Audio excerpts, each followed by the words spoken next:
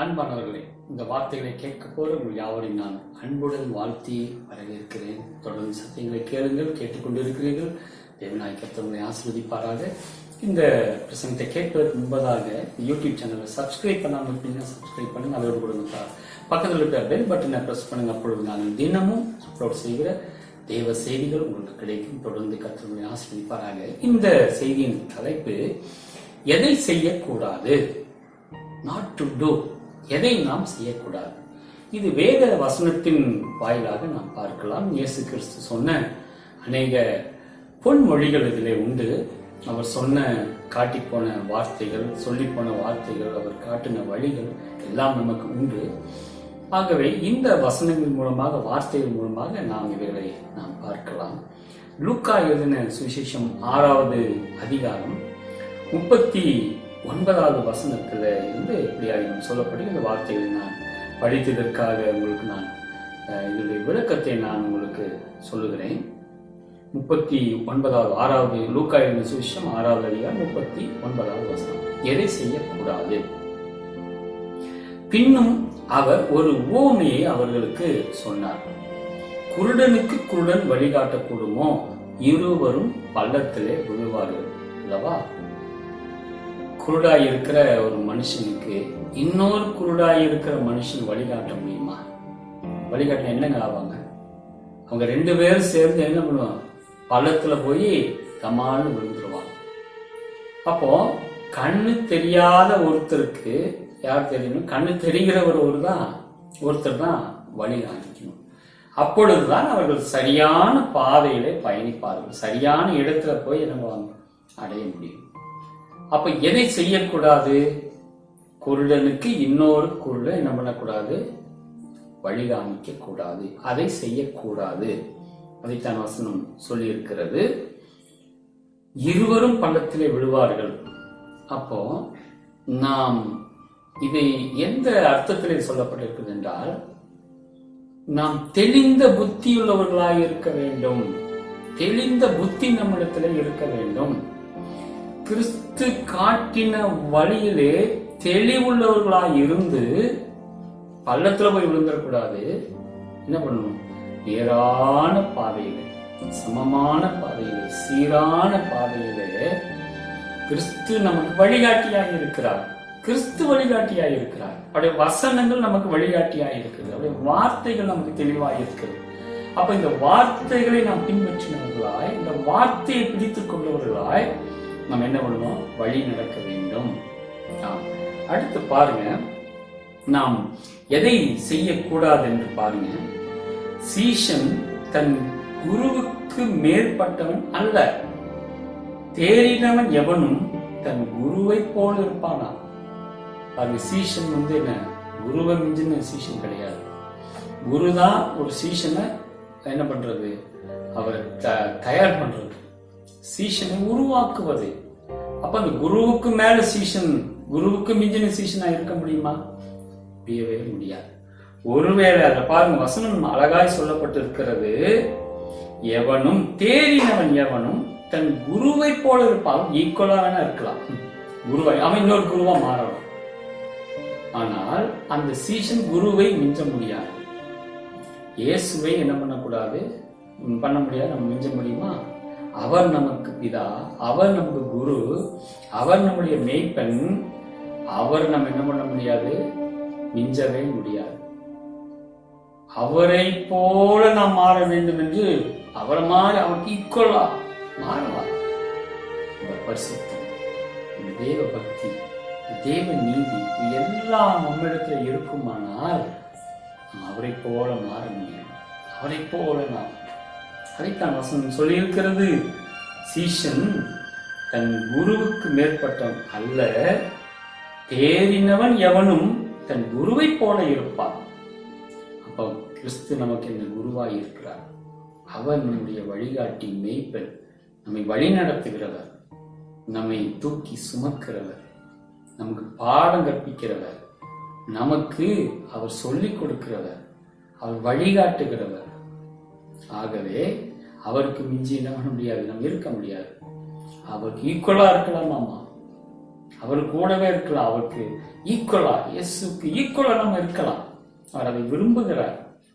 அடுத்து பாருங்க, எதை நாம் செய்யக்கூடாது என்று சொல்லப்பட்டிருக்கிறது பாருங்க. நீ உன் கண்ணில் இருக்கிற உத்திரத்தை உணராமல் உன் சகோதரன் கண்ணில் இருக்கிற துரும்பை பார்க்கிறது என்ன? இன்னைக்கு நிறைய அதே தாங்க செய்யறாங்க ஜனங்கள்.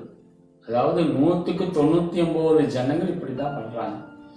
தன்னுடைய கண்ணுல துரும்பு இருக்கிறது. துரும்புன்னு எவ்வளோ பெரிய துரும்பு, இவ்வளோ பெரிய இரும்பு உள்ளுக்குள்ள கண்ணுல இருக்கிறது. அதை உணராம உன் சகோதரன் கண்ணில் இருக்கிற உன் கண்ணில் இருக்கிற உத்திரத்தை உணராமல், உத்திரம் அவ்வளவு பெருசு இருக்கும், அதுவும் கண்ணுல இருக்குதான். அதை விட்டுட்டு உன் சகோதரன் கண் துரும்பு, சின்ன ஒரு தூசி தான் இருக்குது, அதை போய் என்ன பண்றது, அவன் சுட்டி காமிச்சுட்டே இருக்கு.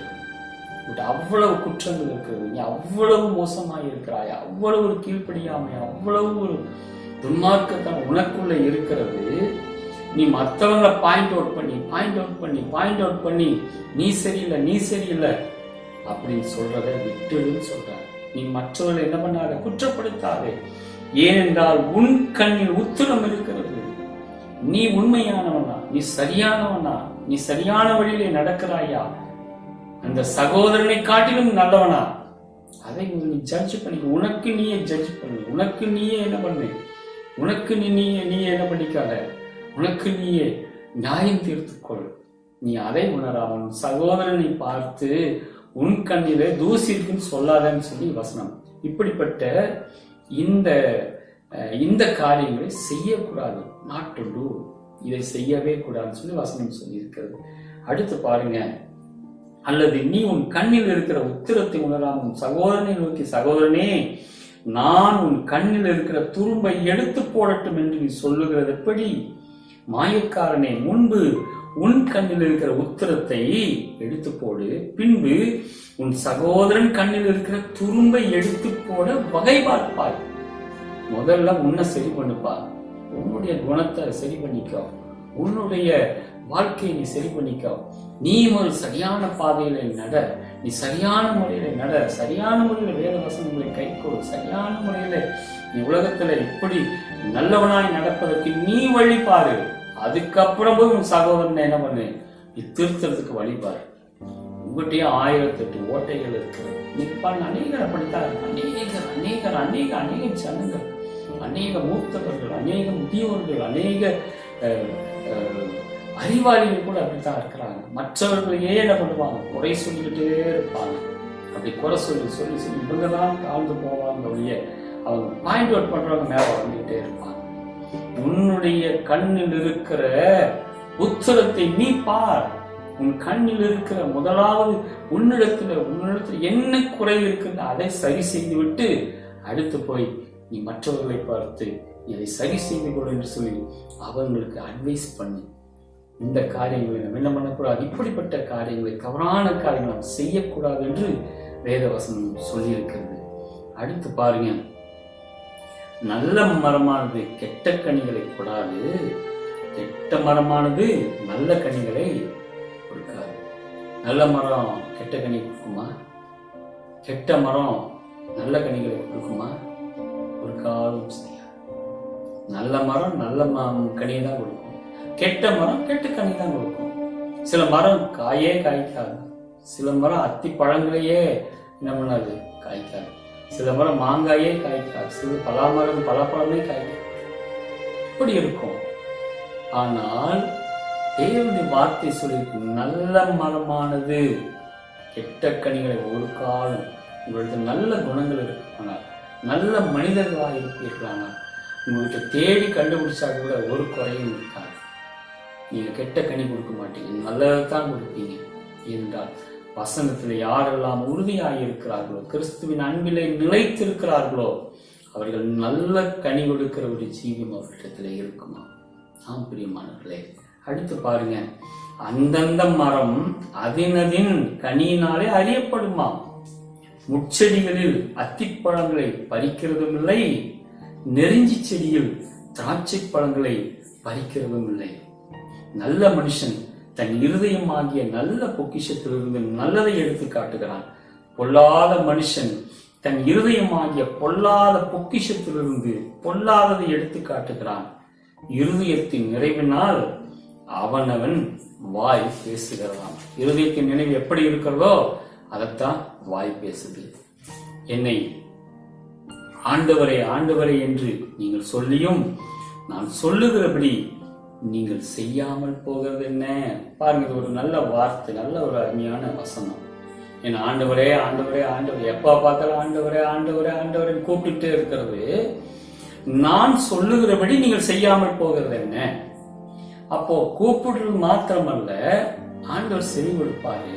ஆனா ஆண்டவருடைய கட்டளைக்கு கீழ்ப்படுகிறது, ஆண்டவருடைய வசனங்களை கீழ்ப்படுகிறது. இவ்வளவு நேரமா நான் சொன்னேன் எதெல்லாம் செய்யக்கூடாதுன்னு சொல்லி. சகோதரனை பார்த்து பேசுறது, சகோதரனை பார்த்து நம்ம சொல்லுகிற வார்த்தைகள், அது மாத்திரமல்ல,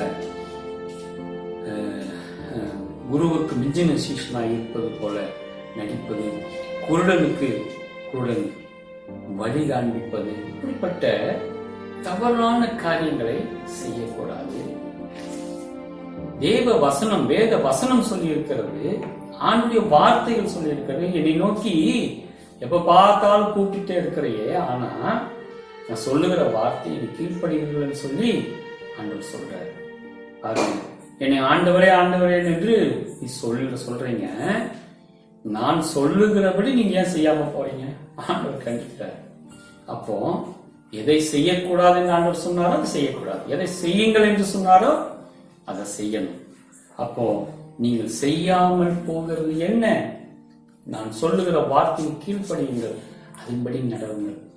ஒருவன் கிறிஸ்துவுக்குள் இருந்தால் புது சிருஷ்டியாக இருக்கிறான், பழையவைகள் எல்லாம் ஒழிந்து போயின, எல்லாம் புதிதாயின.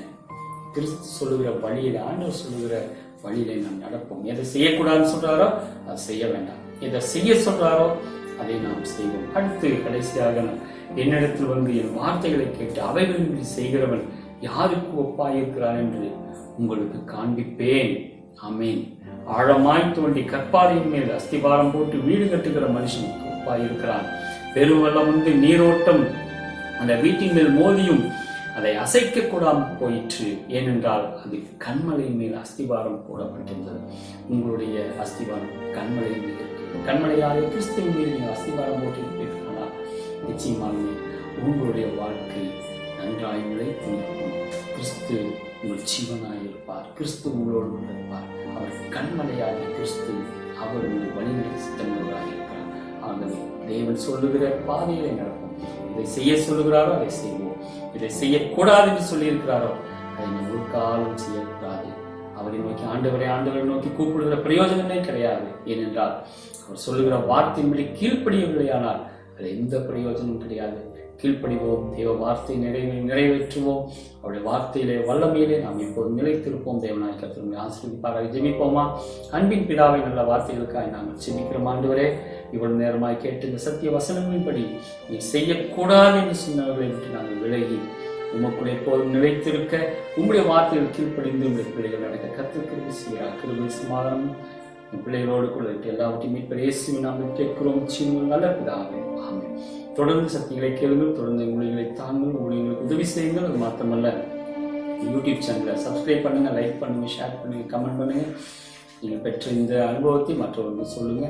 தேவனாய் கர்த்தர் ஆசீர்வதிப்பாராக. ஆமென், ஆமென்.